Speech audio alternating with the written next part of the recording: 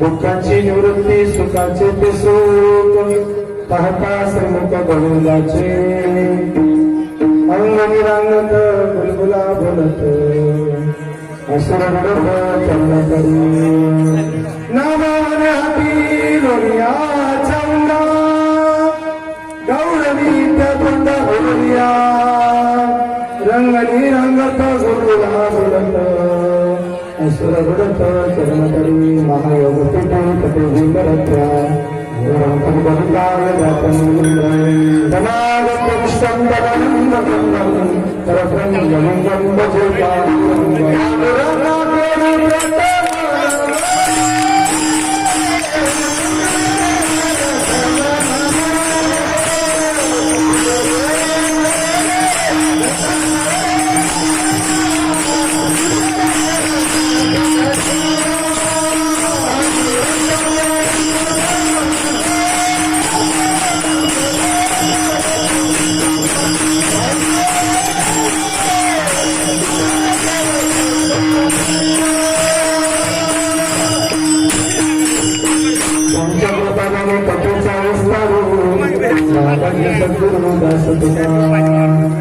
ज्ञानेश्वरा नमो ज्ञानेश्वरा निवृत्तीदार स्वतंदेवा मुक्ताबाई नमो त्रिभुवन पावनी भक्तप्रयोजननी देवाची गणनाथ सरस्वती रवी शुक्र बृहस्पती पंचैतानि स्मरे नित्यं वेदवाणी प्रवर्तते सच्चिदानंद रूपाय विश्वोत्पत्त्यादि हेतवे तापत्रय विनाशाय श्रीकृष्णाय वै नमः कर्पूरगौरं करुणावतारं संसारसारं भुजगेन्द्रहारं सदा वसन्तं हृदयारविन्दे भवं नमामि भद्राय रामभद्राय रामचन्द्राय वेदसे रघुनाथाय नाथाय सीताय पते नमः चले आओ जीवन को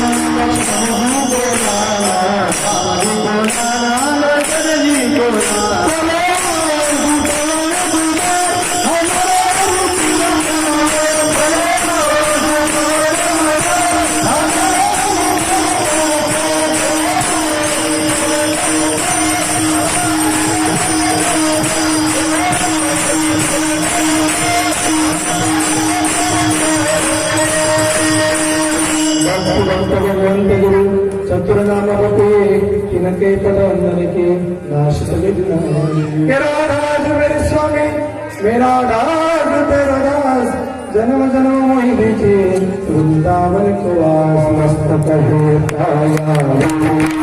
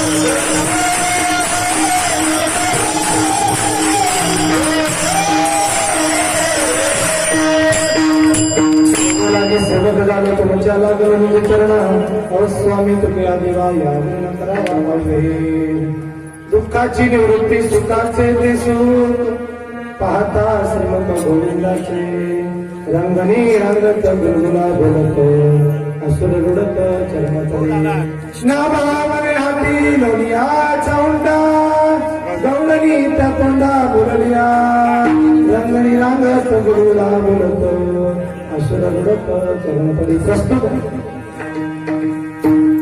प्राप्त स्थळी प्राप्त प्रसंगी अखिल कोट भगवान पंढरीश पंढर परमात्मा मौनी महाराष्ट्र ज्ञानेश्वर महाराज सदाशिव सांब सदाशिव हरित्मा सगळ्या शुद्धांचे हृदयस्थ विराजमान भगवान परमात्म्याचे चरणी कीर्तन रूपीयांच्या हृदयस्थ विराजमान भगवान परमात्म्याचे चरणी कीर्तन रूपी सेवेकरता निवडलेला अभंग महाराष्ट्रांच्या संत मातीतील आणि संत भूमिकेतील एक महत्वाचे संत बाळा भागवत नवे नवे ज्यांनी आपल्या वारकरी संप्रदायाची पताका पार पंजाब पर्यंत पोहोचवली असे भगवान परमात्म्याचे आवडते भक्त बाल भागवत संत श्रेष्ठ नामदेव महाराज यांच्या 3 चरणाचा आणि माझ्या श्याम सुंदराच्या रूपाचे वर्णन करणारा आणि 3 चरणाचा गोड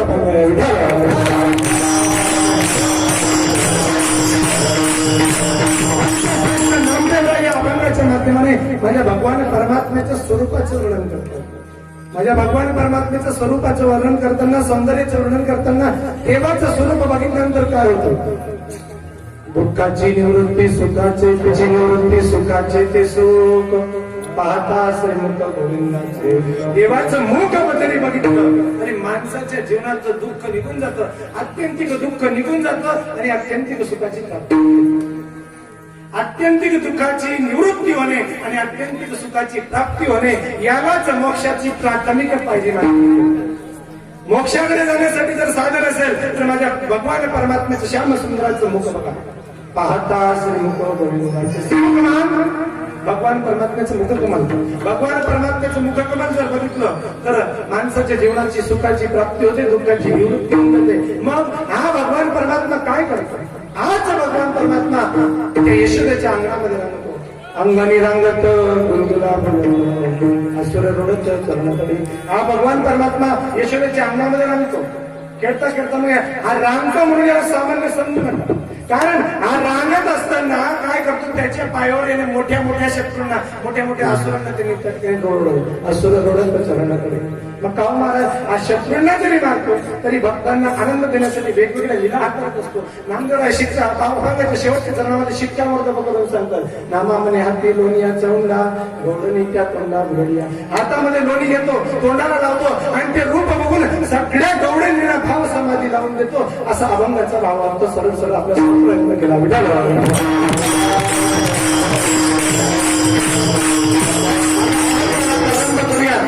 अभंगाला प्रारंभ करण्याच्या अगोदर वारकरी संप्रदायाचा दंड काय नियम आहे 2 मिनिटं पर्याय देणार त्याचं तसं बघायला गेलं तर तुम्ही भविष्य मंडळी आहात गेल्या 7 दिवसापासून कथा ऐकत आहात तुम्हाला सगळ्यांना कार्यक्रमाची कल्पना बोलत चला 7 दिवस होऊन गेले तुम्हाला असं म्हणतात ना हातोडा ठोकल्याशिवाय लोक कोणते सरळ होत तुम्हाला किती बी ठोकलं तरी मी सरळ होत नाही बोलत चला तुम्हाला सगळ्यांना कार्यक्रमाची कल्पना आहे ना तर गेल्या 7 दिवसापासून अखंड हरिनाम कीर्तनी सप्ताह महाशिवरात्रीच्या निमित्ताने श्री शिव महापुराण कथा समिती डांबुर्णी ग्रामस्थ महिला मंडळ आबाल वृद्ध मंडळ सगळे तरुण मंडळ सगळे त्याचप्रमाणे पंचक्रोशीतील भजनी मंडळ पंचक्रोशीतील ग्रामस्थ सगळ्यांच्या वतीने आणि सगळ्यांच्या प्रेरणेने आयोजित श्री शिव महापुराण कथा त्याचप्रमाणे अखंड हरिनाम कीर्तन सप्ताह आणि त्या कीर्तनी सप्ताहाचं आजचं शेवटचं काल्याचं कीर्तनाचं रूपी आपल्या समोर या ठिकाणी प्रमुख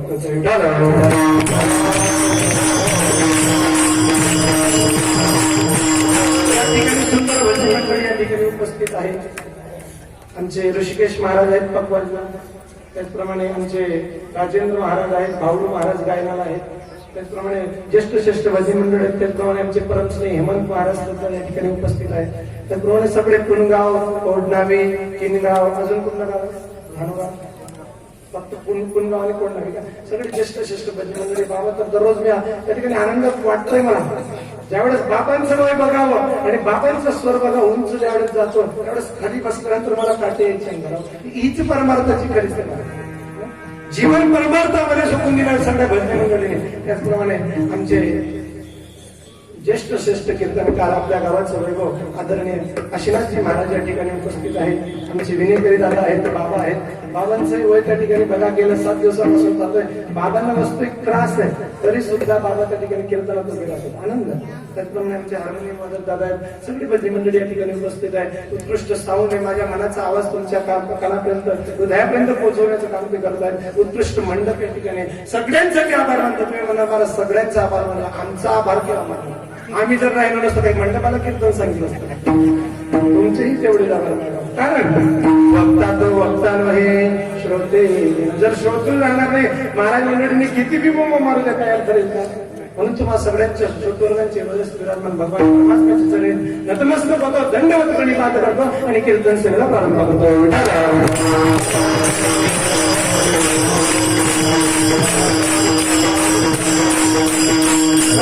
आज डांबुर्णी गावामध्ये असं वाटतं की भक्तिमय बगीचा जणू निर्माण झाले. या ठिकाणी खऱ्या अर्थाने महाराज सांगून गेले की खऱ्या अर्थाने एवढा समाज बघितल्यानंतर खरं वाटतं की या ठिकाणी पंढरपूरच त्या ठिकाणी बघायला आलं. आज आपण मिरवणूक घेतली बाबा, अक्षरशः समग्र गाव नसता, कोणाच्या लग्नामध्ये सगळं गाव नसतं का? तुम्ही पैसे द्या, हो पैसे फेका, तरी सुद्धा कोणी येणार नाही. परंतु इथं न बोलवता सगळी मंडळी नसते. याला म्हणतात ब्रह्मानंद आणि याला म्हणतात कीर्तनाचा आनंद. कीर्तन रूपी सेवेला प्रारंभ करूया. लक्षात घ्या, वारकरी संप्रदायाचा नियम आहे, दंडक आहे. 1 दिवसीय, 3 दिवसीय, 2 दिवसीय, 5 दिवसीय, 7 दिवसीय, 8 दिवसीय, महिनाभर चालणारा का सप्ताह असते ना, त्या सप्ताहाची सांगता काल्यानेच झाली पाहिजे. वारकरी संप्रदायाचा नियम आहे की वारकरी संप्रदायाचा जो काही सप्ताह असेल, सप्ताहाच्या शेवट काल्यानेच असली पाहिजे. म्हणजे कीर्तनकार त्या ठिकाणी बांधलेला असतो, तो पेट्याने आणि उपारण्याने तो बांधलेलाच असतो, पण अजून एक नियमाने तो बांधलेला असतो. दुसरं काहीच नाही. भक्त आणि फक्त काय करावं या दिवशी? चरित्र तो उच्चारावे.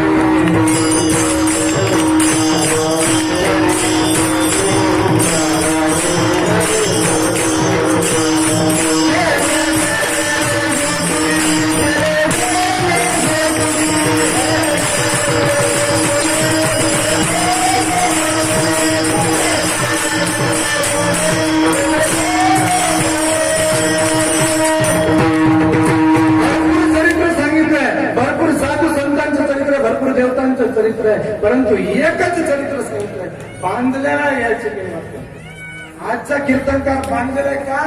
फक्त एकाच देवाचं चरित्र. कोणतं चरित्र? ते उच्चारावे केले किंवा मग काही नाही त्या दिला चरित्र पोवाडे. देवाने जे गोकुळामध्ये वर्णन केलं, एकाच आपण वास्तविक बघायला गेलं भागवतामध्ये 24 अवतार भगवान परमात्म्याचे सांगितले. किती अवतार सांगितले? भगवान परमात्म्याच्या भागवतामध्ये 24 अवतार सांगितले. 21 अवतार आहेत, पण काही देवी भागवतामध्ये असल्या कारणाने भगवान परमात्म्याचे एकूण 24 अवतार सांगितले. संत महिमामध्ये, संत मालिकेमध्ये त्याला 10 अवतार प्रमुख म्हणले, त्याला दशावतार असं म्हणतात. आणि तेच गर्ग संहितेमध्ये 6 प्रकार भगवान परमात्म्याचे अवतार सांगितले. जर ऐका, अंश अवतार, अंशांश अवतार, आवेश अवतार, कला अवतार, पूर्ण अवतार आणि पूर्णोत्तम अवतार. काय काय काय? जर ऐका, अंश अवतार, अंशांश अवतार, कला अवतार, आवेश अवतार, पूर्ण अवतार आणि पूर्णोत्तम अवतार. सगळ्या देवता ब्रह्माच्या पासून उत्पत्ती जी झाली आणि देवता जे आहेत, देवतांचे भगवान विष्णूचे जेवढे काही अवतार आहेत, सगळे अवतार अंश अवतार आहेत, अंशांश अवतार आहेत, पूर्ण अवतार आहेत, कला अवतार आहेत, आवेश अवतार आहे. फक्त आणि फक्त 2 अवतार खूप महत्वाचे. पूर्णावतार रामकृष्ण, त्याच्यातही राम पूर्णोत्तम अवतार पटवून देतो तुम्हाला. प्रभू रामचंद्रांचा अवतार हा पूर्णोत्तम अवतार नाही. पूर्ण अवतार म्हणता येईल, परंतु पूर्णोत्तम अवतार नाही. काय जरा लक्षात घ्या, प्रभू रामचंद्रांच्या जीवनामध्ये कार्य करायचं स्वातंत्र्य होतं. जरा श्रवण करा. प्रभू रामचंद्रांच्या जीवनामध्ये कार्य करायचं स्वातंत्र्य होतं, परंतु पुढे ते कार्य न्यायचे की नाही याचं स्वातंत्र्य नव्हतं. बघा लक्षात घ्या. ज्यावेळेस कुठेतरी प्रसंग बदल, घटना बदल करायची वेळ आली, त्यावेळेस प्रभू रामचंद्रांनी बोट कोणाकडे दाखवलं? बोलिले वांडे कैसेची करीन वर्तुनी ज्या वेळेस प्रभू रामचंद्रांच्या जीवनामध्ये घटना बदल करायचा प्रसंग आला, त्यावेळेस माझ्या प्रभू रामचंद्रांनी बोट दाखवलं कोणाकडे? वाल्मिकींकडे. कारण वाल्मिकींनी जसं लिहिलेलं आहे त्या पद्धतीने मला वागावं लागेल, त्याच्याशिवाय मी दुसरं वागू शकत परंतु इकडे बघा लक्षात घ्या, मग जो स्वतःच्या वागण्याप्रमाणे स्वतःच्या प्रमाणे वागू शकत नाही तो पूर्णोत्तम अवतार असेलच कसा? मग पूर्णोत्तम अवतार माझा गोपाल कृष्ण, माझ्या गोपाल कृष्णाच्या जीवनाचं चरित्र श्रवण करा. अरे मनाला वाटतं इंद्राची पूजा नाही करायची, इंद्राची पूजा नाही केली. मनाला वाटतं हे फोडून टाकायचं, ते फोडून टाकलं. मनाला वाटतं मडके फोडून टाकायचे, मडके फोडून टाकायचे. मनामध्ये कार्य करायचं स्वातंत्र्य बी होतं आणि ते कार्य पुढे नेण्याचं आणि स्वातंत्र्य पण त्या ठिकाणी होतं. म्हणून पूर्णोत्तम अवतार काही आहे.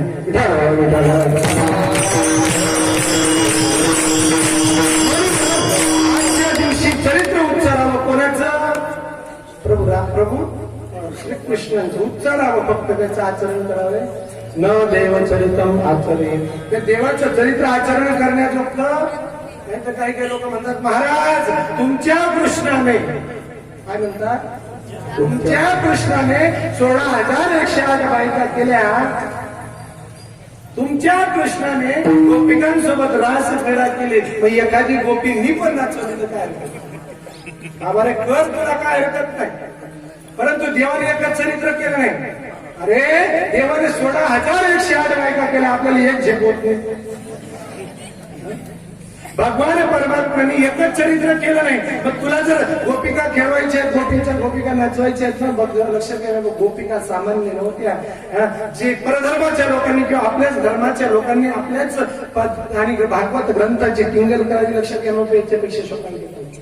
त्यांना सांगावं असं वाटतं, अरे तुला जर गोपिकांसोबत रास क्रीडा करायची असेल, एखाद्या मुलीसोबत रास क्रीडा करायची, एकच चरित्र ऐकायचं. मग भगवान परमात्म्यांनी दुसरेही चरित्र केले, तेही चरित्र करून बघ ना. मग भगवान परमात्म्यांनी त्या पुतनेच्या स्तनातून हडाहड विष प्राशन केलं. इंडोसर्पांची एक उचल करून बघ बरं. भगवान परमात्म्यांनी 12 गाव अग्नी गिळून टाकला, आपल्याला अगरबत्तीचा चटका सहन होत नाही. आपण चहा, नुसता चहा सुद्धा फुंकून पितो आणि भगवंताची चालला बरोबर हे करायला.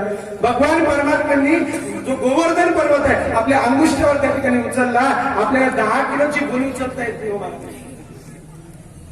काय म्हणून आपण भगवान परमात्म्याच्या बरोबरी बघा. चरित्र जे आहे दोन, एक आहे अनुभव चरित्र, एक आहे लीला चरित्र आणि एक आहे अनुभव चरित्र. लीला चरित्र जे श्रीकृष्णांनी केलं ते आहे लीला चरित्र, म्हणजे माझ्या प्रभू रामचंद्रांनी केलं ते अनुभव चरित्र. जे अनुभव जीवनामध्ये एक वाणी, एक वचनी आणि एक पठणी अनुभव करावा. नाही तर काही काही लोक असं आता अधिक महिना येतोय पुढे,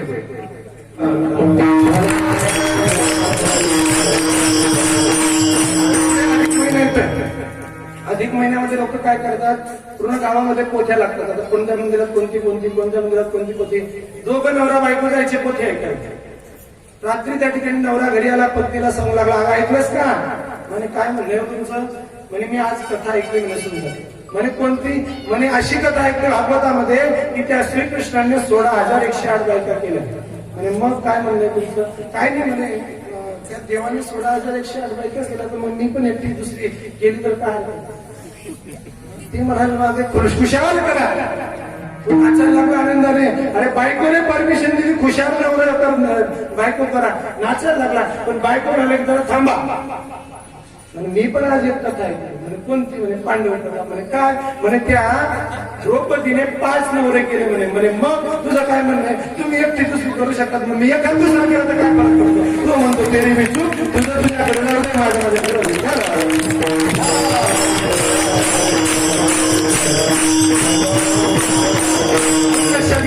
प्रभू रामचंद्रांचं जीवन आचरणीय आहे. माझ्या श्रीकृष्णांचं चरित्र आचरणीय नाही, ते लीला चरित्र आहे. लीनम करोती ही ती लीला. जो भक्तांना आनंद देण्याकरता जे चरित्र केलंय त्याला म्हणावं लीला चरित्र. त्याचा फक्त आनंद घ्या, त्याचा फक्त श्रवण करा.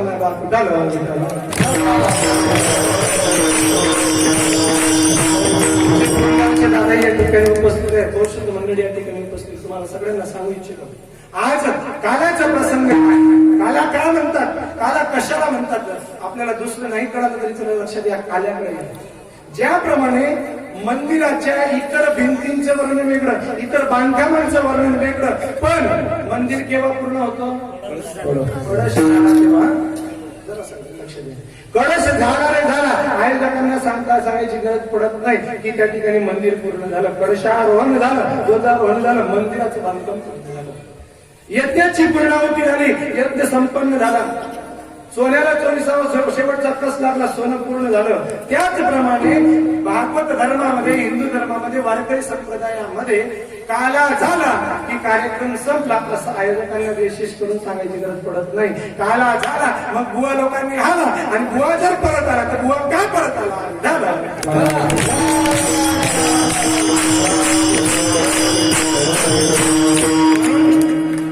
चाललं जायचं ना मी आज सरसो म्हणताय महाराज. काल सगळं खूप माता भगिनी सगळे पुरुष वर्ग अक्षरशः रडले. काल नाही बापू एवढा ऋणानुबंध सगळं 7 दिवसाचा मिलन साथ बिंदा तुम्हारा हमारा रही जिंदगी तो मिलेंगे दोबारा मिलन साथ बिंदा. काला कशाला म्हणतात बाई बापू? हो काला आपल्याकडे आपल्या खानदेशी भाषामध्ये काला एकाला म्हणतात. ते आपल्याकडे तर आता नाही, पण रावेर भागामध्ये जा. रावेर भागामध्ये 2 आईच्या 2 खाईच्या मोडला चुरा, टाकली भाजी, टाकलं वरण, त्याला काय म्हणतात? काला नाही, त्याला रद्दा म्हणतात. रद्दा त्याला काला नाही म्हणतात, तो काला वेगळा. आणि आजचा हा काला काला. काला म्हणजे भगवान परमात्म्याचं चरित्र. तो भगवान परमात्मा पृथ्वी तलावर का आला त्याचं चरित्र वर्णन करणं म्हणजे काला.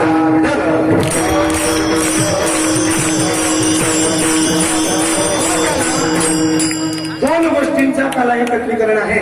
दुसरा प्रकार लक्षात घ्या, एक म्हणजे जीवाचा आणि शिवाचा काला. जीवाचा आणि शिवाचा काला हे 2 काल आहेत. बघा लक्षात घ्या, मग याच्यामध्ये 2 प्रकार आहेत. दोघही वस्तू काय काय वापरण्यात काल्यामध्ये?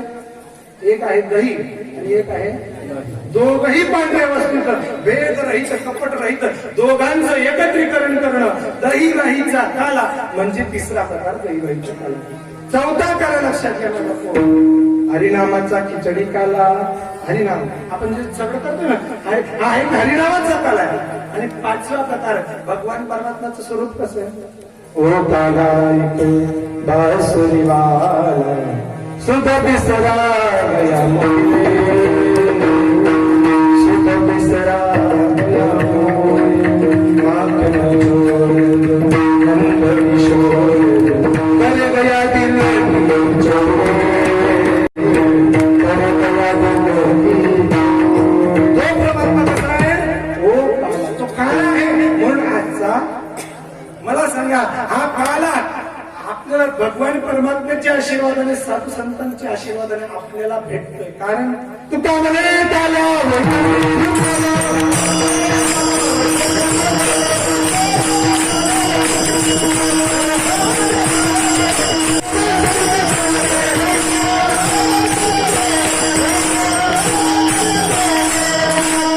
तुका म्हणे काला वैकुंठी दुर्लभ विशेष आला.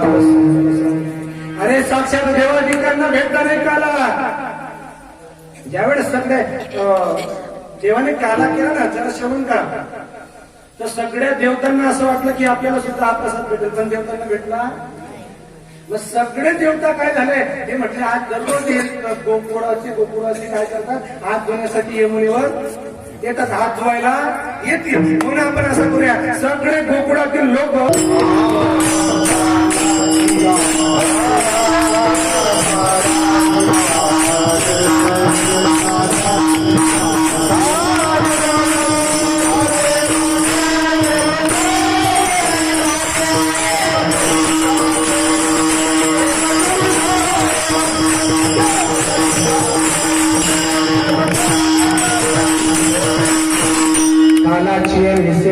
देव जडीत झाले, मासे देव मासे झाले.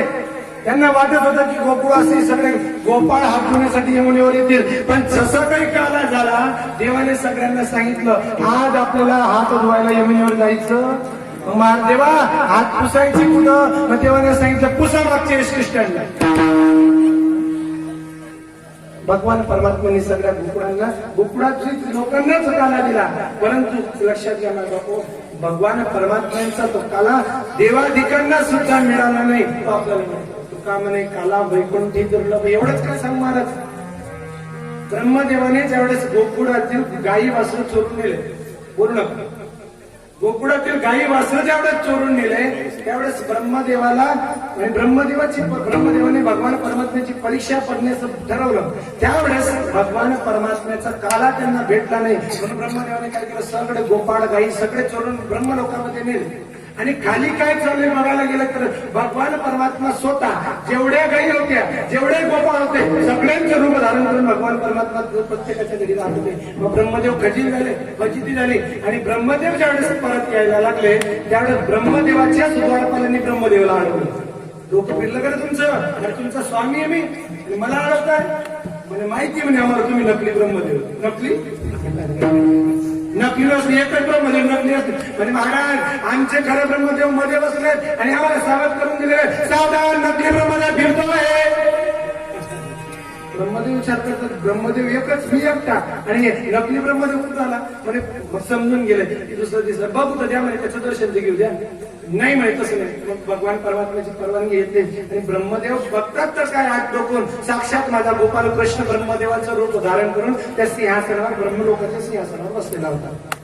मग ब्रह्मदेवाने विनंती केली, देवा आम्ही तुझ्या मुलाप्रमाणे आहोत, आम्हाला सांभाळतो क्षमा करतो. परंतु देवा माझी एक विनंती आहे, आम्हाला एक काटेरी मुकुट नको. जर तुझा प्रसाद आम्हाला खायला भेटत नसेल, तुझा काल्याचा प्रसाद आम्हाला जर खायला भेटत नसेल तर नको आम्हाला काटेरी मुकुट. ब्रह्मादिक पदे दुःखाची शिराने म्हणून नको आम्हाला ब्रह्मादिक सोडून दे. मग म्हणे काय म्हणे आम्हाला सुद्धा तुझा गोपाळ बनव. देव म्हणायला लागले या जन्मामध्ये ते शक्य नाही म्हणे. मग कलियुगामध्ये ज्यावेळेस मी ज्ञानेश्वर प्रधान अवतार धारण करेल, ज्ञानेश्वर प्रधान अवतार धारण करेल त्यावेळेस तुम्ही माझे बंधू माझे गोपाळ व्हाल. ब्रह्मा सोपान तो झाला भक्ता संतांची संगती केली. भगवान परमात्म्याने संत बनवलं ब्रह्मदेवाला. काय बनवलं, ब्रह्मदेवाला सुद्धा दुर्लभ असणारा कळा पण देवाचं गोपाळ व्हावं लागलं. कोण, सोपान काका. आणि मग त्यावेळेस माझ्या भगवान परमात्म्याने सगळ्यांना त्या पंढरपूरच्या वारवंटामध्ये प्रसाद वाटला. एकच टाळी झाली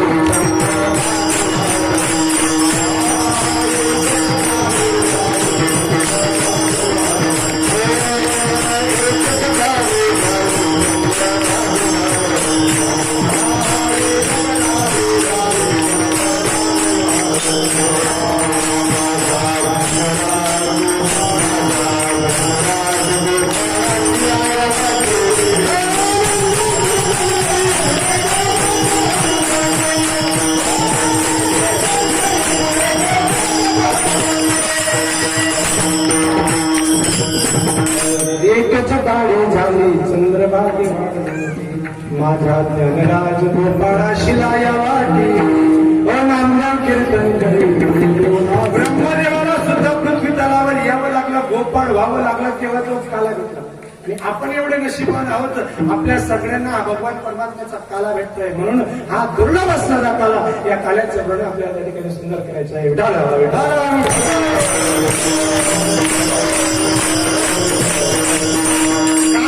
काय काला पूर्णाहुतीच लक्षण. ज्याप्रमाणे गंगा समुद्राला मिळाली, गंगा कुठून आली, कशी गेली, काय आली, कशी गेली, कुठे राहिली याचा विषय कुठपर्यंत जोपर्यंत ती सागराला मिळत नाही. एकदा का सागराला मिळाली समुद्र मापम प्रवेशती याच समुद्राला मिळाली की लक्षात घ्या काय होतं, तिची गती कुठली. त्याचप्रमाणे एकदा काला झाला की कार्यक्रम संपला असे आयोजकांना त्या ठिकाणी सांगायची गरज पडत नाही.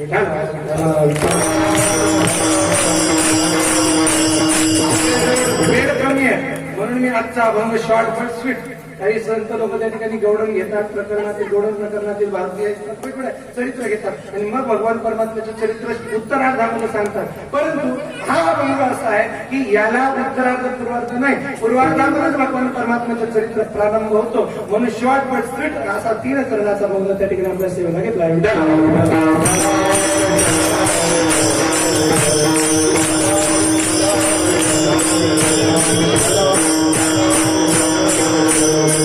लक्षात घ्या ना बाबा, जड वाटत होतं तेव्हा लक्षात घ्या, बोलू नका. विषय असा आहे गोकुळामध्येच नाही समग्र सृष्टी दुःखाने व्यक्त झालेली होती. कंसाचा, शिशुपाल, दंतवक्र वेगवेगळे राक्षस त्या ठिकाणी वाचलेले होते. पृथ्वीला त्याचं ओझं झालं आणि वस्त्ररूपी पृथ्वी ब्रह्म्यापाशी जाय. ब्रह्मजोड गेली आणि सांगू लागली देवा माझं रक्षण करा.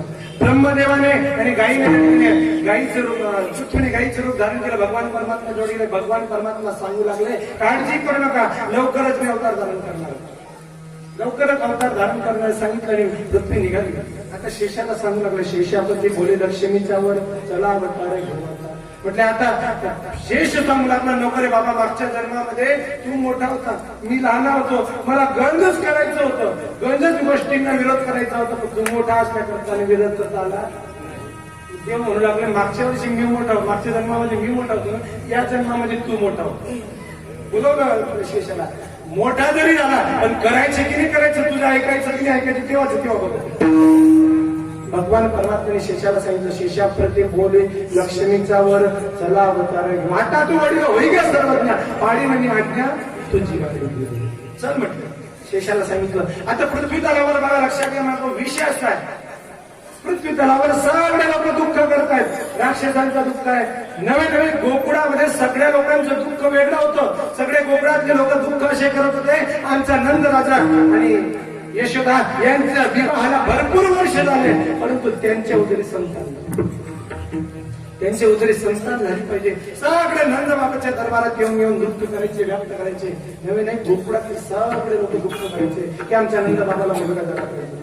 मग भगवान परमात्म्याने सांगितल्याप्रमाणे विषय असा आहे वसुदेव नावाचा राजा आहे, त्याचा विवाह झाला देवकीशी. आता शॉर्टकट स्वीट चालते पुढे.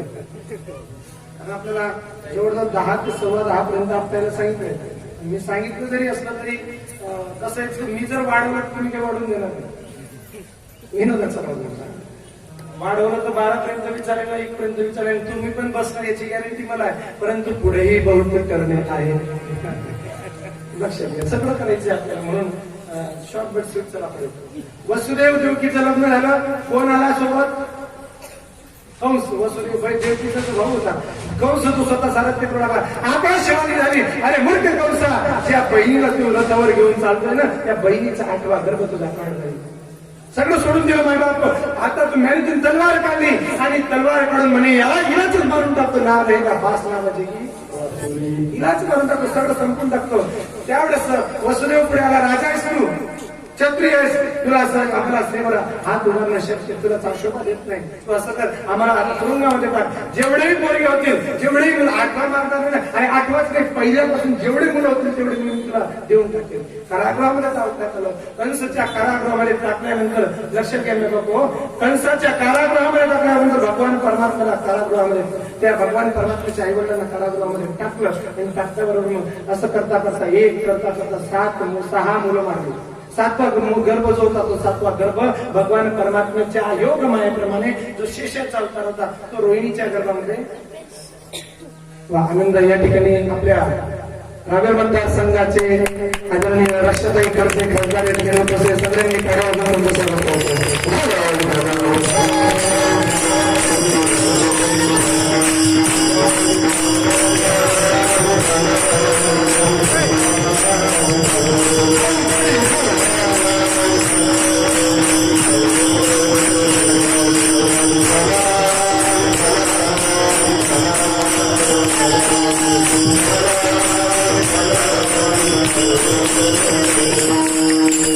या ठिकाणी उपस्थित झाल्या आयोजकांच्या वतीने मी त्यांच्या ठिकाणी शुभ सुमनांनी आणि टाळ्या वाजवण्याकडे स्वागत करतो.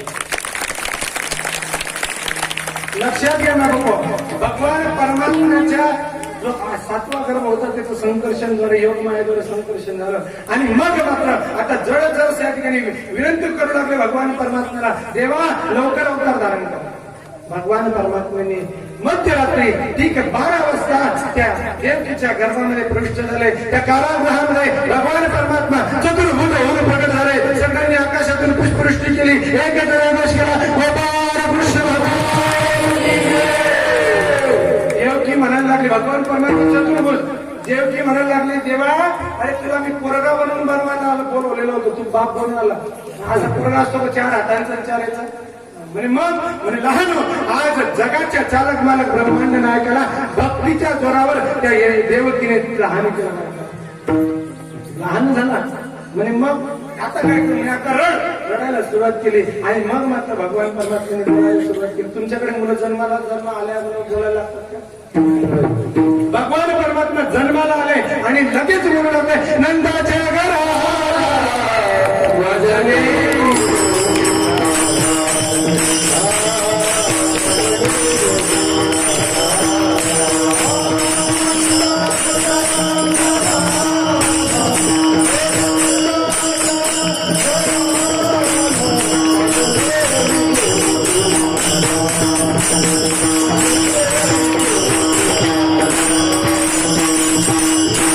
नंदाच्या घराला मजनी गोकुळाला म्हटले गोकुळामध्ये नाही वसुदेव सांगता माया उपजली देते देवी मध्ये आणि सुंदर प्रमाण.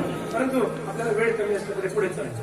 भगवान परमात्म्याला वसुदेवाने सगळे बंधनं तुटून टाकले. बंधनं तुटले गळून पडले. वसुदेवाने भगवान परमात्म्याला डोट डालक्यात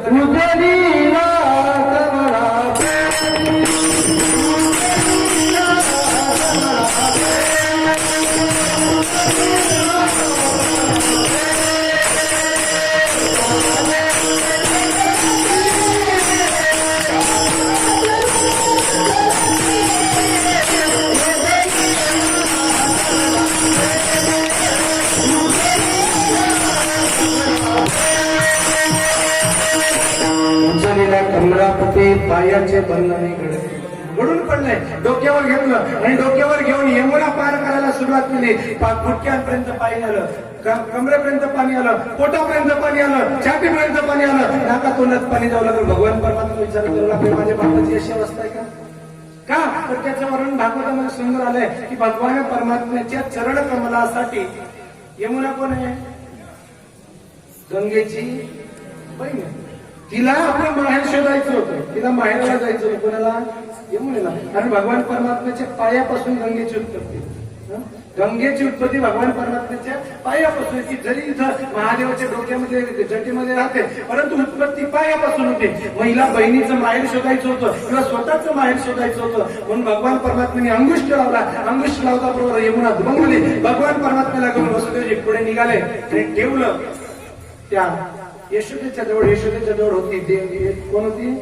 माया. योग मायाच्या ठिकाणी योग मायाला उचललं आणि योग मायाला घेऊन त्या ठिकाणी भगवान परमात्म्याला ठेवून ती योग मायाला उचलून वसुदेवजी निघाले. इकडे काय झालं त्यांना नाही का? परंतु इथे झालं असं ज्यावेळेस भरपूर दिवसानंतर ते यशोदेला दिवस होते.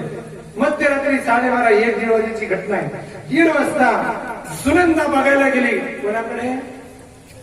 यशोदेकडे. काहीतरी झालं असेल बघूया म्हटले. तेवढ्यामध्ये नंद बाबा बाहेर बसला होता. नंद बाबा विचार करत होता मी काय करू? माडा करूया म्हटलं. देवाची माडा करूया. मग माडा आपण कशी करतो? घेतो की नाही? राम राम राम राम राम राम राम. नंद बाबा त्या आनंदामध्ये एवढा विसरून गेला ते नंद बाबाने राम राम शब्द सुटून दिला. लाला लाली मुलगा मुलगी मुलगा मुलगी मुलगा मुलगी जावी त्याची मान. आणि इकडे सुनंदा आली आणि भगवान परमात्म्याच्या आत्याने बघितलं काहीतरी बाळ जन्माला आलेलं आहे. आणि भगवान परमात्म्याने ज्यावेळेस ते सुनंदेने ज्यावेळेस ती चादर ओढली आणि चादर काढली आणि भगवान परमात्म्याचं स्वरूप बघितलं पागल झाली. धावता धावता पडत आली. नादा बाबा बाबा बधाई हो अरे लाला भाई होय लाला भाई होय लाला भाई होय. नंद गेला नंद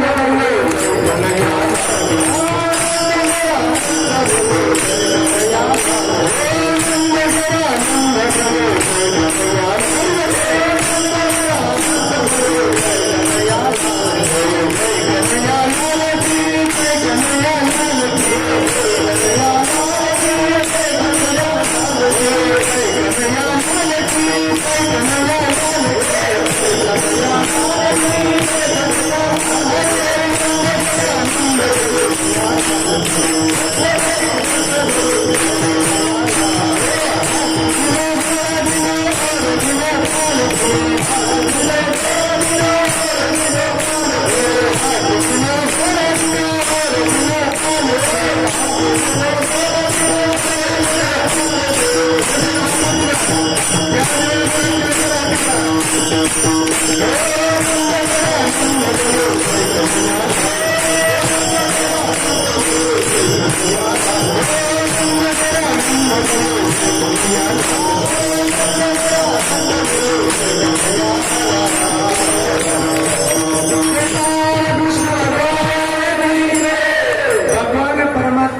जन्माला आला.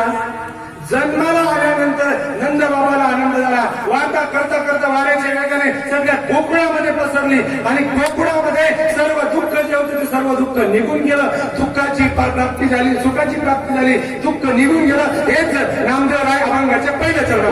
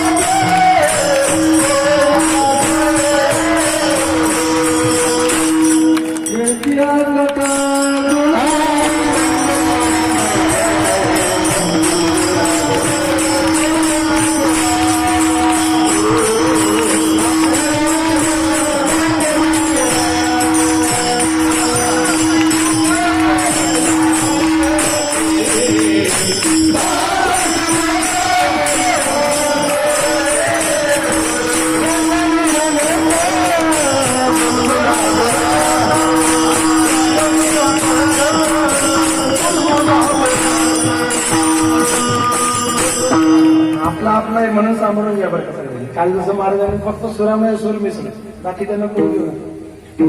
भगवान परमात्म्याचं प्रागट्य झालं आणि जसं काही प्रागट्य झालं त्यावेळेस गोकुळामध्ये जे काही दुःख होतं ते दुःख निघून गेलं. म्हटलं दुःखाची निवृत्ती, सुखाचे ते सुख. एवढा आनंद झाला, एवढा आनंद झाला ते गोपिकांना. अरे भगवान परमात्म्याचं दर्शन घेण्यासाठी 100 वर्षाच्या ज्या म्हाताऱ्या होत्या, ते 100 वर्षाच्या म्हाताऱ्यांनी आपल्या लग्नाचा शेरू काढला माहिती. लग्नाचा शेरू नेसणार पुढे पडतायत. एक म्हणे माझं दर्शन होईल, एक म्हणे मी पुढे दर्शन घेईल. काल कशाचं आपण दर्शी मारतो, ग्रंथाचं दर्शन घ्यायला सांगत होते. आजीबाई ग्रंथ पडेल. अरे लक्षात घ्या ग्रंथाची सगळ्या गोपिका पडतायत. दुसरीला धक्का देत आहेत. तिसरी मध्ये मी पुढे जाईल, चौथी मध्ये मी पुढे जाईल. धुडीवर धुडी सगळे निघाल्या आणि भगवान परमात्म्याचं स्वरूप बघितलं. दुःखाची निवृत्ती, सुखाचे ते सुख पाहता श्रीमुख भगवान परमात्म्याचं सुख मुख कमल बघितलं आणि सगळ्या गोपिकांना भाव समाधी लागली. माय बापो हेच भगवान नामदेव राय सांगतात. दुःखाची निवृत्ती, सुखाचे ते सुख पाहता श्रीमुख भगवान परमात्म्याचं मुख कमल बघितलं. मग त्याच भगवान परमात्म्याने जरी दिसायला सुंदर आहे ना, तर तोच भगवान परमात्मा काय करतो, त्या यशोदेच्या अंगणामध्ये रांगतो.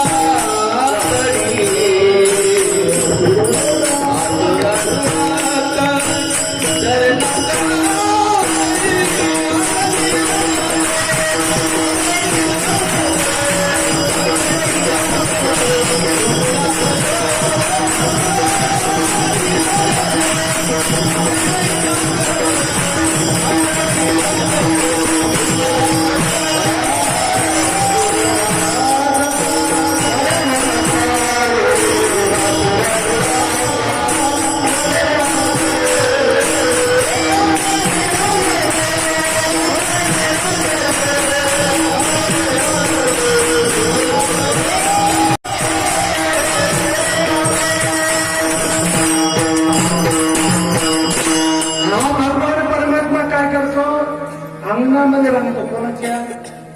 यशोदेच्या. ज्यावेळेस यशोदेच्या अंगणामध्ये भगवान परमात्मा रांगायचे ना, तर हिमालयाचे साधू संत जवळ यायचे, पडत पडत यायचे. अगं यशोदा, अरे तू खूप मोठी भाग्य आहे, भाग्यशाली आहे. अरे अरे आम्ही जर तुझ्या भगवान तुझ्या घरातल्या भिंतीचे दगड जरी झालो असतो ना, तरी आम्ही भाग्यशाली समजतो, पण तेवढं भाग्य आमचं नाही. आणि आम्ही उलट पीठ, लोखंडाचं पीठ रक्षण करतो, स्वतःला उलट टाकून घेतो. आम्हाला तरी भगवान परमात्मा भेटत नाही, पण तू किती ना शिकवणे तुझ्या अंगामध्ये भगवान परमात्मा राहतो. महाराज भगवान परमात्मा रांगतोय म्हणून त्याला साधारण समजू नका. नामदेवराय म्हणतात साधारण त्याला समजू नका, रांगता रांगता याने चांगल्या चांगल्याचा काटा काढला. भगवंत म्हणतो काट्यानेच काटा काढला, चांगल्या चांगल्यांचा. असुरांना मारला भगवान परमात्मा.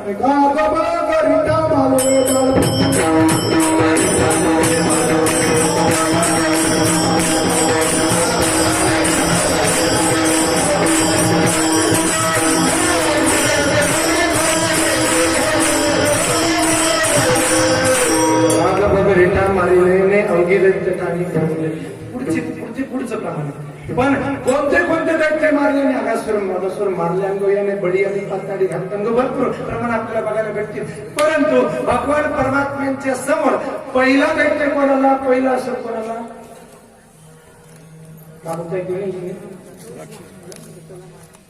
कंसमानी पहिला असुर, पहिला कोण आला? आणि आली मावशी आली, पुतना मावशी आली. पुतणीने बिडी उचलला.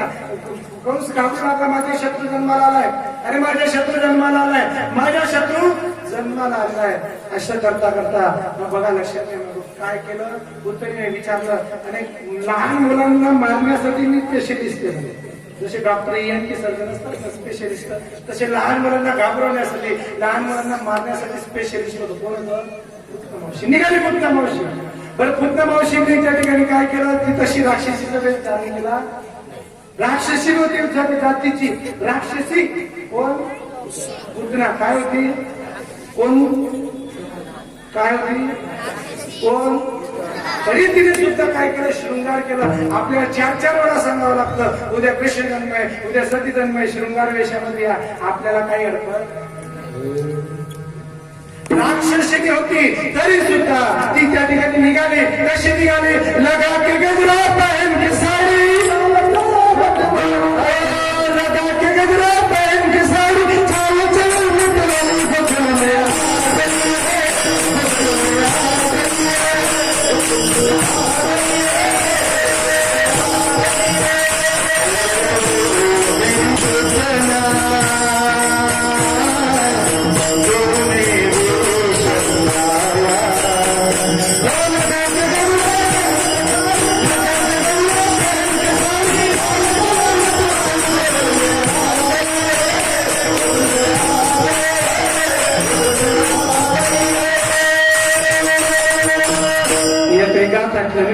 गाथानी माथा आहे.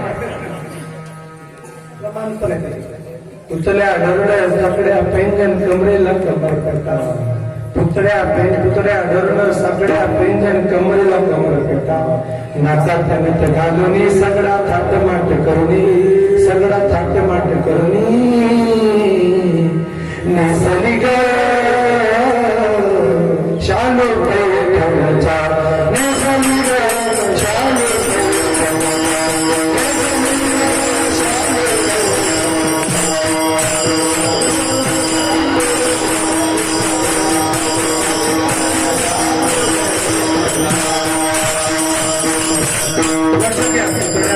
सगळ्या पैंजन कमरेला घालून सगळ्या थाटमाट करुणी, सगळा थाटमाट करुणी. नेसली ग शालो पैठणचा. भगवान परमात्म्याच्या दर्शनासाठी त्या राक्षसीने सुंदर रूप घेतलं. रूप घेऊन आले ते कोणाच्या दरबारामध्ये? नामामणी आली नंदाची आधरा, स्वरूपा सुंदरी देवांगना, स्वरूप सुंदरीचं अवतार धारण केलं. आणि नंदाच्या बाबाच्या दरबारामध्ये आल्याबरोबर लक्षात घ्यायला नको, जशी काही नंदबाबाच्या दरबारामध्ये आली, यशोदाने दरवाजा उडवला. यशोदा ओळखलं का? यशोदा म्हणजे कोण तुम्ही? जानना पहचान तू मेरा मेहमान. यशोदेला त्या ठिकाणी पुन्हा सांगायला लागली, मी तुझी बहीण. यशोदा म्हणते, मला 7 बहिणीपैकी एकटी बहीण नाही. 7 बहिणी असतात ना, कोणती कोणती? सख्खी बहीण, मावस बहीण, फुई बहीण, माम बहीण, सावत्र बहीण, मानस बहीण आणि अजून चुलत बहीण. 7 प्रकार आहेत. विदर्भामध्ये 2 प्रकार आहेत, 8 प्रकार आहे. साखर बहीण म्हणजे जी गोड बोलती पण साखर. 7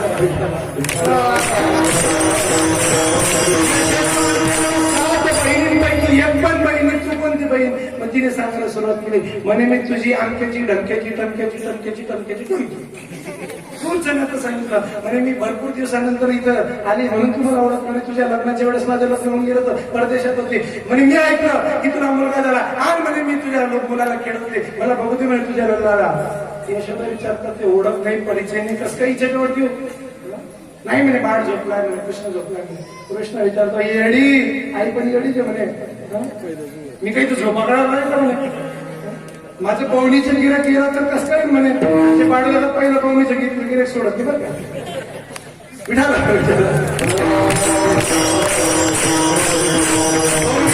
पाडणारच काय कोणताच दुकानदार सोडत. मी तर झोपा काढायला नाही. पवनीची गिराक जर परत केला तर मला आयुष्यभर झोपा काढायला लागतो. भगवान परमात्म्याने रडायला सुरुवात केली. रडता रडता ते यशोदेला पुन्हा सांगू कागायला बरं फटाफट का अंतरमाचे होतं. यशोदे सुतने जेवढं भगवान परमात्म्याला दिलं, काम करता करता करता करता भगवान परमात्म्याचं रूप बघून ती पुतना एवढी मोहित झाली, विसरून गेली तिला याला मारायचं. ही पुन्हा कोण होती? मागच्या जन्माची रत्नमाला होती, बडीची मुलगी. त्यावेळेस बडीच्या रूपामध्ये बडीच्या ठिकाणी वामनरूपामध्ये भगवान परमात्मा आले. ते रूप बघून तिने विचार केला की मला असा मुलगा पाहिजे, हिला मी त्याला दूध पाजलं पाहिजे. ज्यावेळेस बळीला पातळात घातलं त्यावेळेस याला मी विष पाजलं पाहिजे, दूध पाजलं पाहिजे, विष पाजलं पाहिजे. दोघही वेगवेगळे भाव घेऊन ती पुतना त्या ठिकाणी आलेली होती. या जन्मामध्ये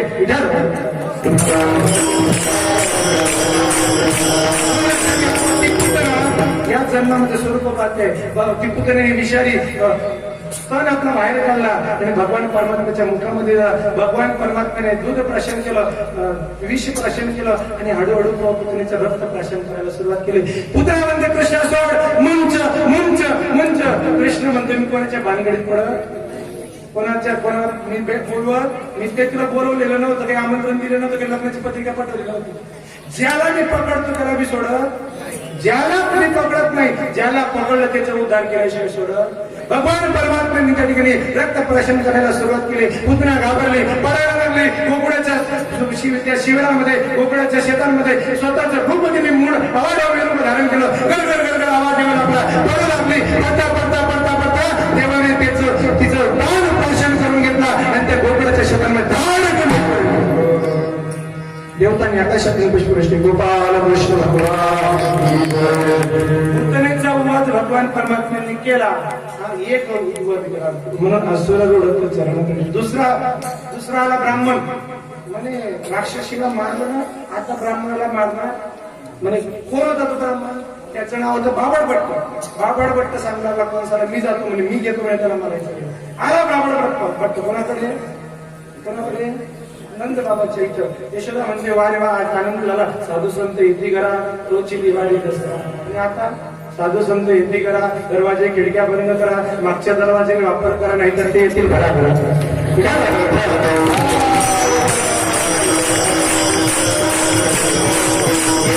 स्वागत केलं, कृष्णाचा हात दाखवला. कृष्णाचा हात बघितला त्या बाबडभट्ट्याने सांगितलं, ए यशोदे, आता हा तुझ्या पोरा मूळ नक्षत्रावर जन्माला आलेला आहे. याला तू मारून टाक. याला जर तू मारलं नाही ना तर तुझं पूर्ण वंशाचं वंश खरा असून जाईल. यशोदा घाबरली, यशोदा रडायला लागले. आता मात्र कृष्ण चौताडले. अरे तू पाहुण्यासारखा आला, पाहुण्यासारखा आहे ना, पाहुणा आता पाहुणा घरात आलेला तर पाहुणचार करावा लागेल. देवाने सगळ्या घरातल्या भांड्यांना आदेश दिला, आपल्या घरी मोठा पाहुणा आलेला आहे, त्याचा पाहुणचार करा म्हणे. सगळे भांडे उठले आणि भांडे उठल्याबरोबर लाटणं उठलं. लाटण्यामध्ये मी आला लाटू, चाटू मध्ये मी आला गोटू. सगळे भांडे उठले. धनाधन धनाधन धना तर पाठीवर पडू लागले. पुढचं पाठ उठलं, पाठ पण पाठीवर पटलं. पंचांग बदललं.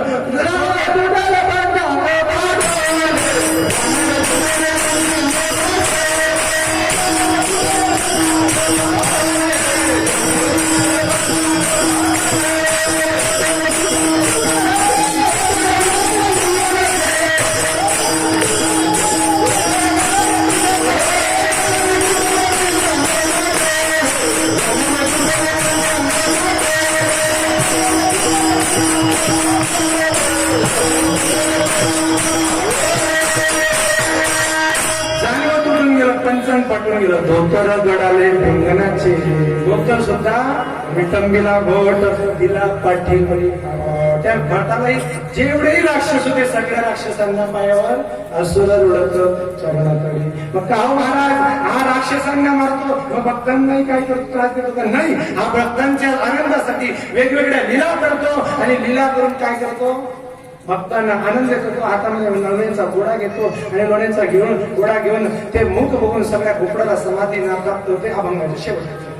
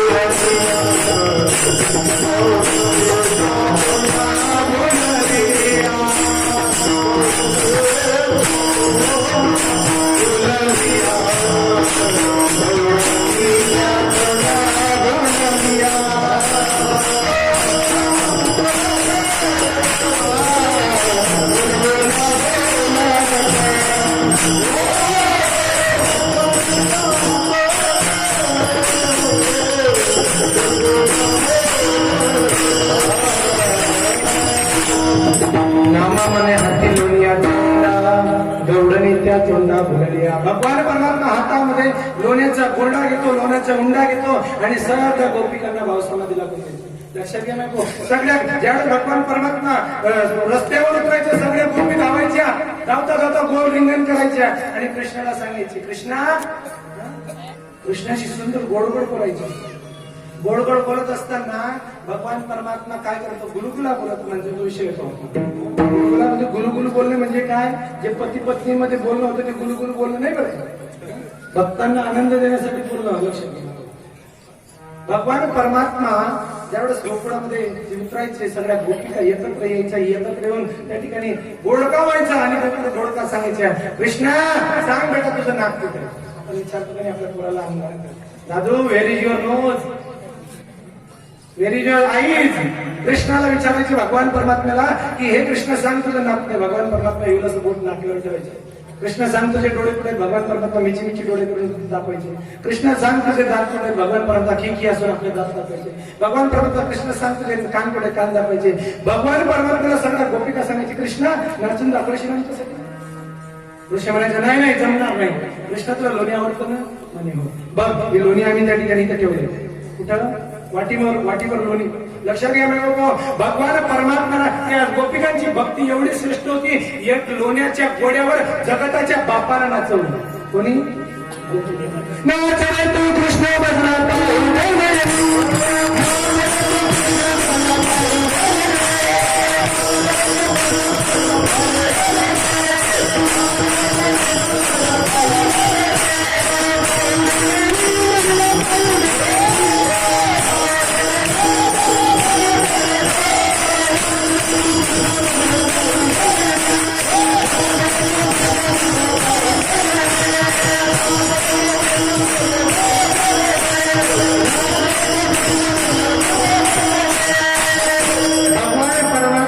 त्या लोण्याच्या गोंड्यावर भगवान परमात्मा हातात तो लोण्याचा उंडा घ्यायचे, मुखामध्ये घ्यायचे आणि गवळणी नवे सगळ्या गोकुळाला भाव समाधी लागायची.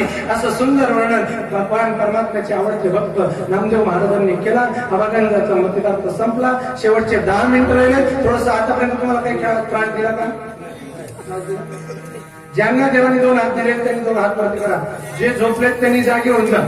जे जागेत त्यांनी हात मोकळे करा. शेतची हात ठेवले.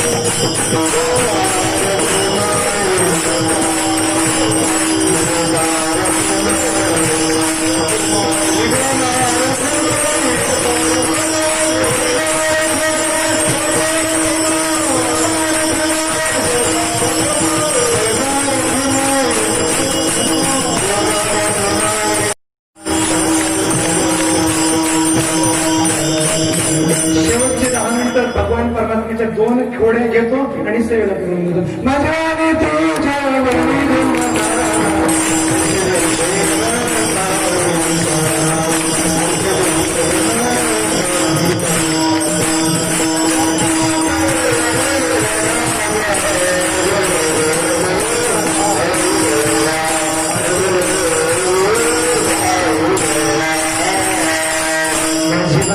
तुझे गुरुनाम ऐसे देही प्रेम काही करा. 10 वाजल्यात 10:15 पर्यंत आपल्याला वेळ सांगितलं. 10:15 पर्यंत बरोबर कीर्तनाला विराम. भगवान परमात्म्यांनी वेगवेगळ्या खोड्या केल्या. भगवान परमात्म्यांनी चोऱ्या केल्या. लोक म्हणतात देवाने चोऱ्या केल्या. तुमच्या कृष्णाने चोऱ्या केल्या. आम्ही सुद्धा चोरी केली तर काय हरकत आहे. लक्षात घ्या नको. भगवान परमात्म्याने दुसरं काहीच चोरलं. काय चोरलं भगवान परमात्मा? लोणी. लोणी चोरलं भगवान परमात्म्याने. लोणी हे मृदू अंतःकरणाचं प्रतीक आहे.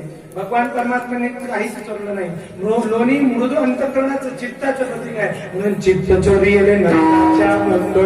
भगवान परमात्म्याने चित्त चोरलं. दुसरं काहीच चोरलं नाही. नाही बाबा सगळे गोपाळ एकत्र झाले. भगवान परमात्मा विचारतात काय गोपाळांनो तुमच्या घरी दही दूध तूप भेटत नाही का बघ. आणि अशी अगरबत्ती छापला करू शकते. म्हणजे देवा आमचं सगळं मथुरेला जातं.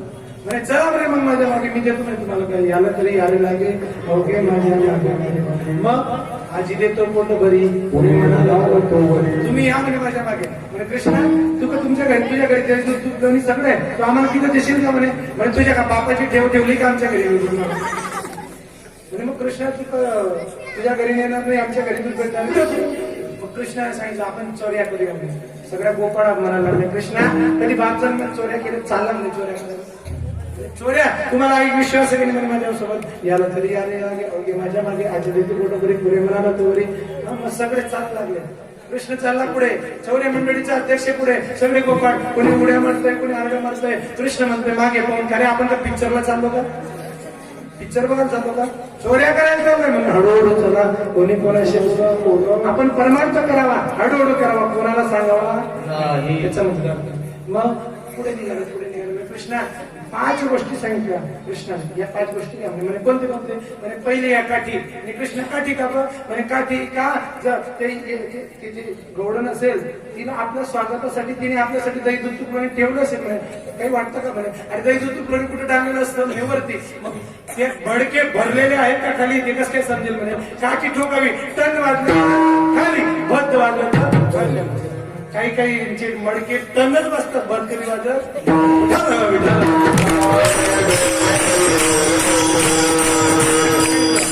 काठी घेतली म्हणे. दुसरी गोष्ट घ्या गाळलेली माती. म्हणजे गाळलेली माती का म्हणे जर आपण मडके फोडता चोरी करता सापडून गेलो आणि गोपिका जर आली तर तिच्या डोळ्यामध्ये माती फेकून द्यायची पडून द्यायचं. एक आग्रह होता. कृष्ण तिच्या चष्मा घालून चष्मा घालून मला माहिती नव्हतं आगोपणाकडे शांत बसतो. जर ती डोळ्यात चोडत किंवा चष्मा घालून आली तर तिसरी गोष्ट घ्या गोकुळ. पण ते काय म्हणतात त्याला आपल्याकडे गोकुळ म्हणतात. गोकुळ पण म्हणतात आपल्या गावठी भाषेमध्ये. सराठी मराठी भाषा कुत्र्या काठी असतात कुत्र्या म्हणतात तुम्ही ते कुत्र्या घ्या म्हणजे. मग म्हणजे काय करायचं जर डोळ्यावर चोडून आली किंवा चष्मा घालून आली तर तिच्या पायामध्ये सराटे टाकून द्यायचे म्हणे. तिच्या पायामध्ये काटा कुचेल ती काढेल तोपर्यंत आपण पडून जाऊ.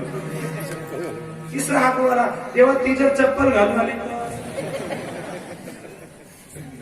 माहिती होतं ना आगोपणाकडे गोट्या घेऊन पुढची गोष्ट. गोट्या टाकून द्यायच्या सरकार सटून जाईल आपण सगळे पडून. अशा दररोज चोऱ्या वाटल्या दररोज चोऱ्या करतायत. सगळ्या गौडणीत असतो. सगळ्या गौडणी निघाल्या यशोदेकडे. यशोदे तुझा कृष्ण माझ्या घरामध्ये येतो, चोरी करतो, आमच्या घरी येतो म्हणे पेशवामध्ये चांगलं आहे, तुम्ही इथं येण्यापेक्षा तो तुमच्या घरी येतो चांगलं आहे म्हणे. बरं येतो ते घेतो, आमच्या घरी येऊन आमच्या सोन्याला धमकावतो. आमच्या सोन्याने आता जर तुमच्या घरी पाहुणे आले तर आपण काय विचारतो, काय येणं केलं, काय काम करतो. आमची सूनबाई जर विचारते ना, जर कृष्णा काय करायला काढलं आमच्या घरी, तो थोडा एक सांगतो, धडधड तुझ्या कानफटीत टाकेल, तुझ्या का बापाचं झालं थोडं सांगतो.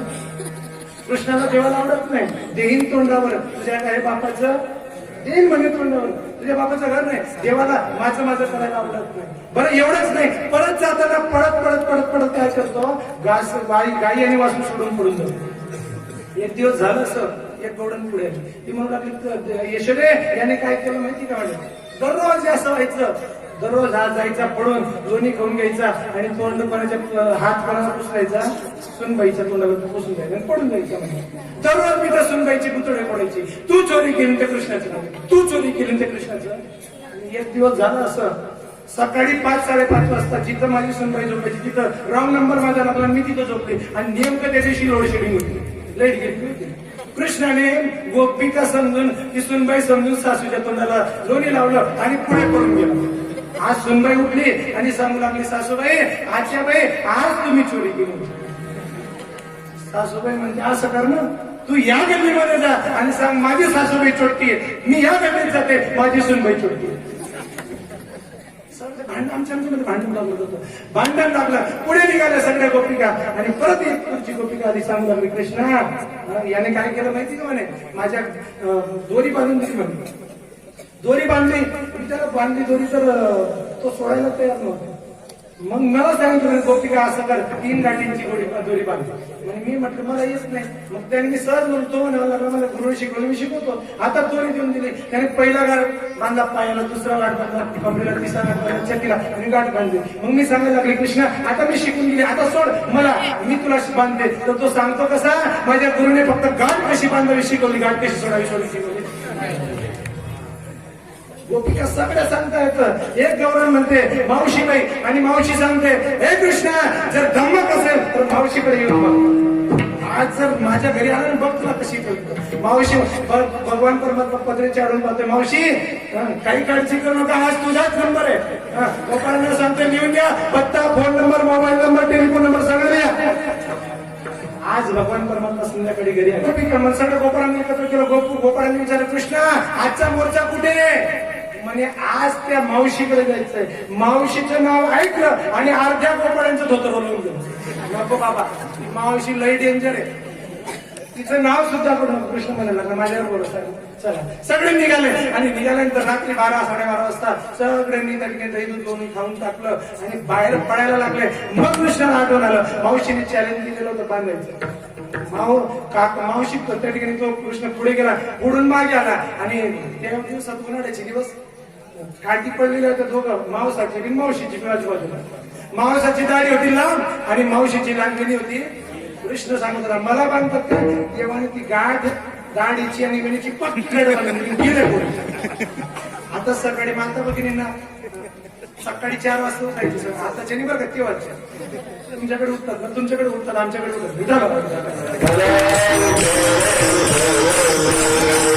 सकाळी 4 वाजता मावशी उठली आणि मावशीच्या उठल्याच बरोबर मावशीच्याही वेणीला धसका बसला आणि काकाच्याही दाढीला धसका बसला. काका म्हणतो, अगं थंडी झाली ना, वय गेलं तरी मी त्या ठिकाणी कळत नाही का माझी दाढी वाटते. मावशी म्हणते, अहो म्हातारे होऊन गेले, माझी वेणी वाटते, लहान नाही वाटत. एकमेकांना शिवाय देतात.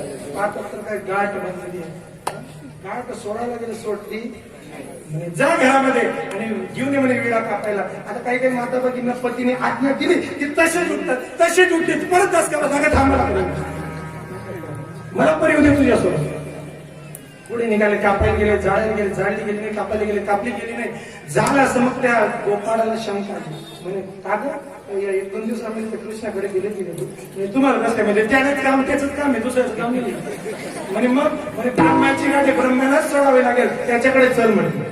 निघाले बाहेर, सकाळी 4 वाजता बाहेर निघाले. देवाने रात्री दौंडी पिटलेली होती सगळ्यांना, ज्याला ज्याला सोमवारीचं आहे सकाळी 4 वाजता छत्रपती शिवाजी चौकामध्ये मेन गल्लीमध्ये हजर राहायचं. आणि मावशीची जिरवायची होती, सगळे गोपाळ जमा धरून बसले. स्वतः बदलून बसले होते. मावशीची जिरवायची होती आणि जसे काही मावशी आणि काका आले सगळ्यांनी आरडे मारले, सोंगालो सोंगालो सोंगालो. मावशी म्हणते, अरे बापरे, हे काय झालं, आपली बेइज्जती झाली, पचका झाला. आता मावशी विचार करते, जर पूर्ण गावामध्ये अशी प्रभात फेरी गेली ना सगळे आरडे मारतील असतील आपल्याला, आपण असं करूया म्हटले. म्हणे आपण थोडस बायपास जाऊया म्हटलं. आता ती मावशी होती उंच, काका होता ठेंग ना, तो पुढे पुढे चालायचं, दाढी चालली.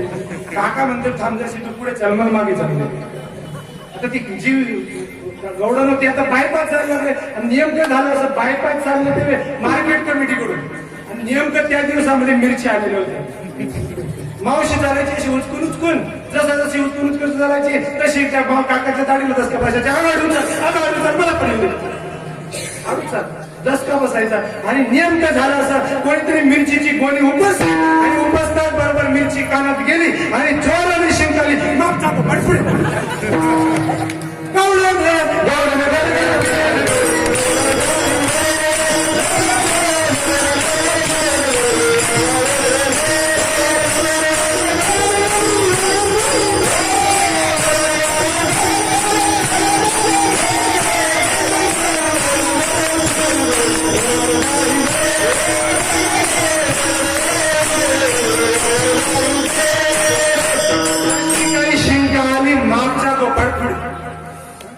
विचार करतोय. निघाले भगवान परमात्माने गाठ सोडली. आता सगळ्या गौडणी म्हणून गेलं, थकून गेला. आता म्हटलं बाबा आता आमची सुटका कर. मग यशोदेने ठरवलं आता यांना आपण कुठे नेऊया आणि याला मनामध्ये पाठव शाळेला.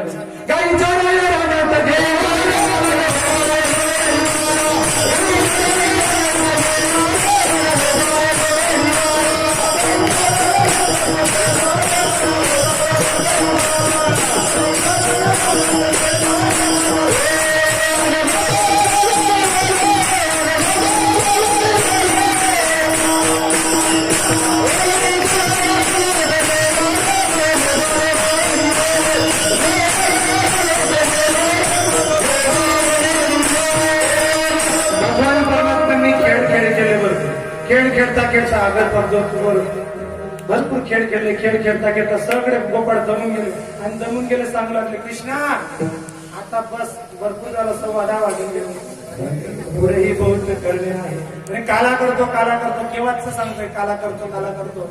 देवाने सगळ्यांना बोलवलं, शिदोऱ्या काढल्या आणि आणि भगवान परमात्म्याने सगळ्यांचा काला एकत्र केला आणि तो काला आपल्याला एका ठिकाणी घ्यायचा आहे. परंतु तत्पुरी भजन करा. ज्ञानेश्वर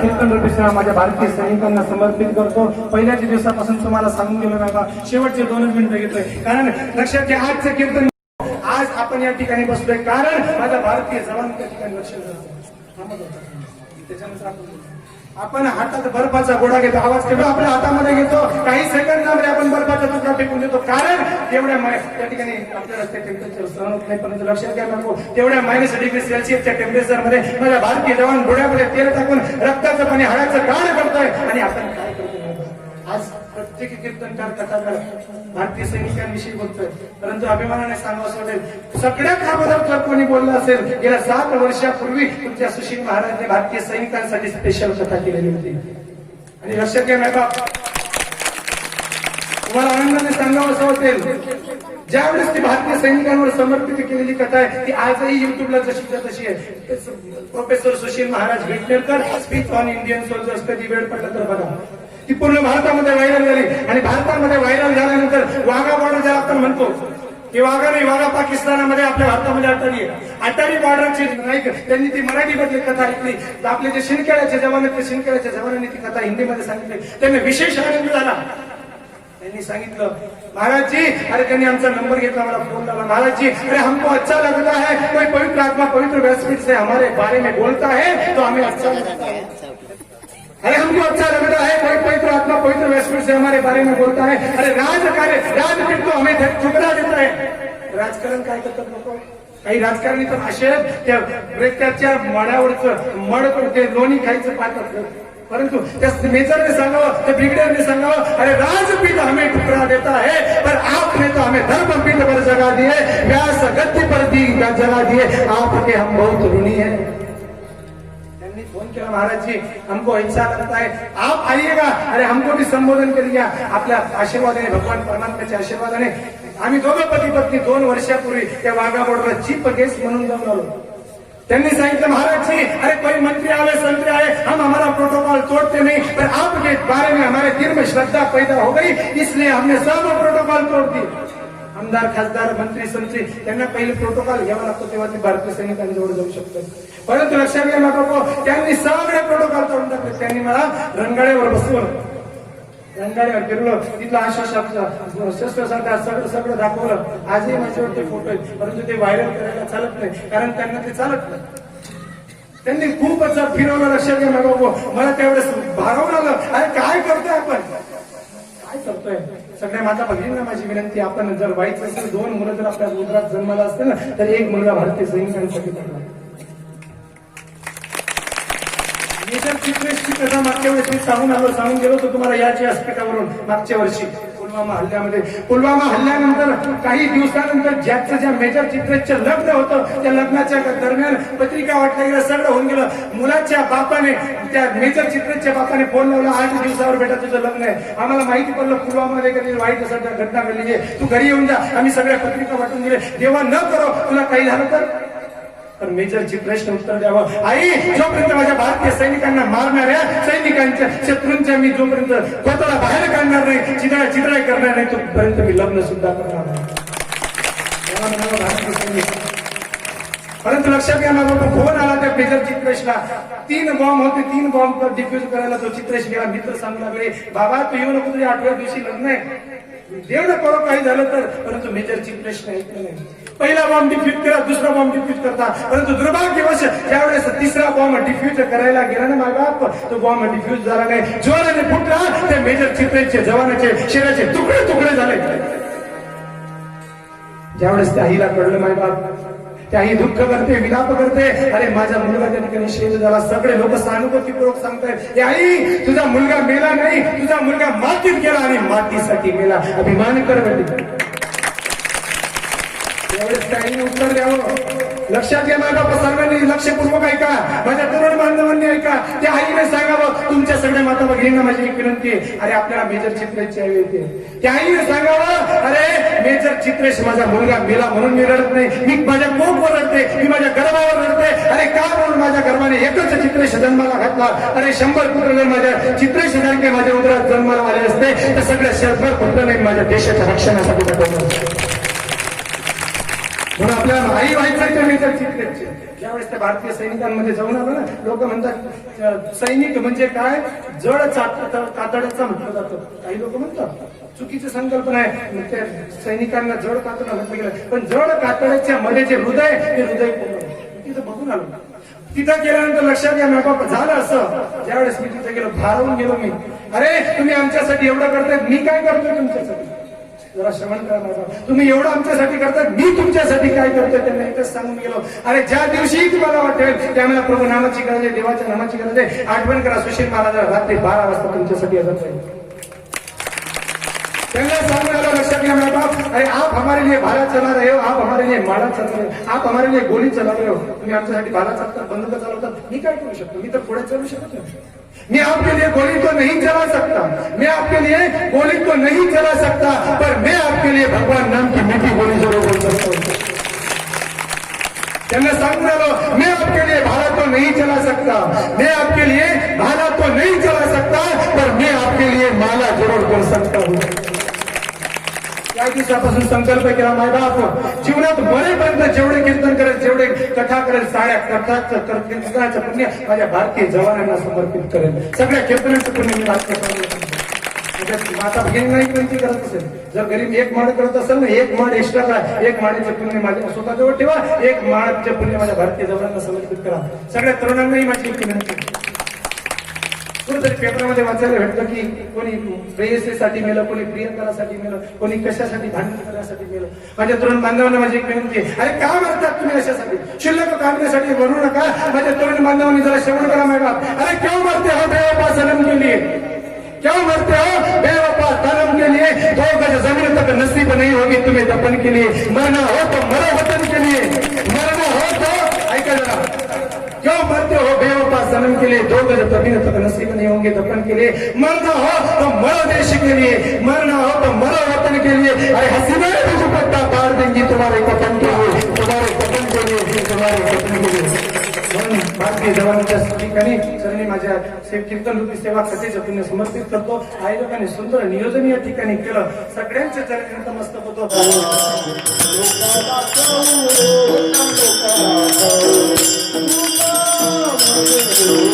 Oh